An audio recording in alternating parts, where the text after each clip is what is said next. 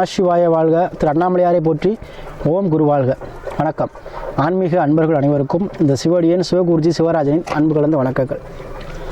நம்ம தொடர்ச்சியாக மாத பலன்கள் பார்த்துட்டு வந்த சேனலில், ஏன்னா அன்பர்கள் நிறைய பேர் வந்து மாத பலன்கள் போடுற சாமி நம்ம எந்த மாதம் என்ன செய்யணும், என்ன செய்யக்கூடாது, எந்த முடிவு எடுக்கக்கூடாது, இந்த மாதிரி விஷயங்கள்லாம் நீங்கள் தொடர்ச்சியாக நமக்கு ஃபோன் பண்ணி ஆலோசனை பெற்று செய்கிறீங்க நம்ம வீடியோ பார்த்துட்டு. அதனால் நம்ம தொடர்ச்சியாக போட்டு வரோம். அந்த வகையில் நம்ம இன்றைக்கி ஏப்ரல் மாத பலன்கள் பார்க்க போகிறோம். சரியா?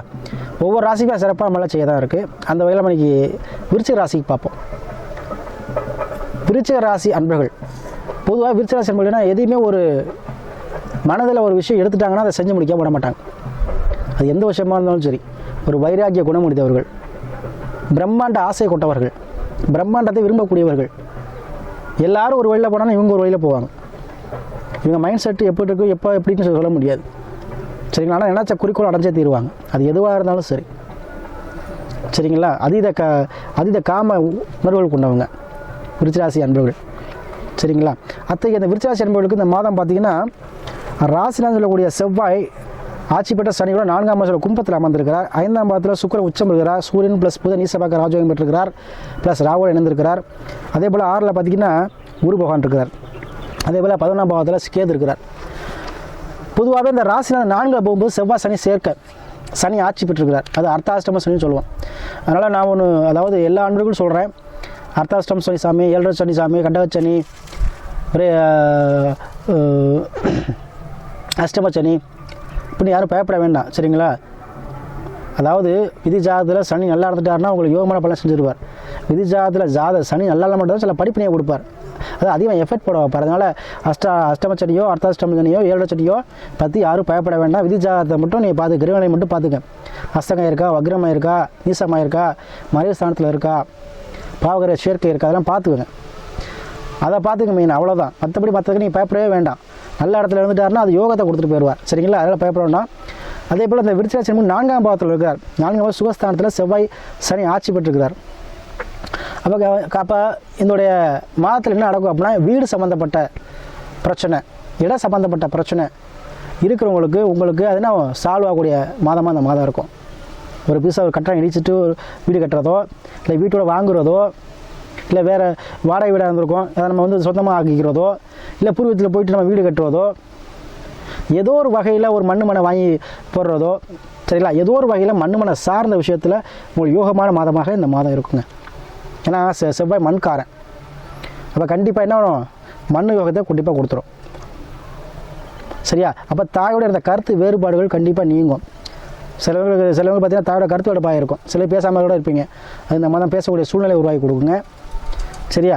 அதே போல் நினைத்த காரியம், உடல்நிலை சார்ந்த பிரச்சனை இருக்குது சாமி, ட்ரீட்மெண்ட் எடுத்துகிட்டு இருக்குது, சரியாயுமா? கண்டிப்பாக சரியாயிரும். சரிங்களா? ஏன்னா 5ல் வந்து என்ன பண்ணிட்டார், சுக்கிர பகவான் ஆட்சி பெற்றார், உச்சம் பெறுகிறார். சுகஸ்தானத்தை சனி ஆட்சி பெறுகிறார். அப்போ கண்டிப்பாக என்ன ஆகும், உடல்நிலை சார்ந்த பிரச்சனை உங்களுக்கு சுகத்தை கொடுக்கக்கூடிய மாதமாக இந்த மாதம் இருக்கும். உடல்நிலை ஆரோக்கியத்தில் மேம்பாடு கிடைக்கும். அதே போல் 5ல் சுக்கிரன் உச்சம் பெறும்பொழுது குழந்தைகள் கல்விக்காக வெளியூரோ வெளிநாடோ வெளிமுறை சென்று போவாங்க. இல்லைனா குழந்தைகளுக்கு கல்விக்கேற்ற வேலை வாய்ப்புகள் கிடைக்கும். குழந்தைகள் மூலமாக உங்களுக்கு மன மகிழ்ச்சி கிடைக்கும். குழந்தைகள் மூலமாக உங்களுக்கு வருமானம் கிடைக்குங்க. சரிங்களா? அதே போல் படிப்பு நல்லா இருக்கும். என்ன சாமின்னா மலை கூட படிப்பு பள்ளி பக்கம் ஒதுங்க நல்லா படிப்பு சொல்கிறீங்க.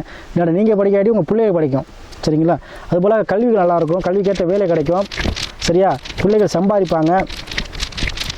அதே போல் ராகு, குழந்தைகளுக்கு வெளிநாடு அனுப்பணும், இல்லை நான் வெளிநாடு போகணுன்னா கண்டிப்பாக போகலாம்.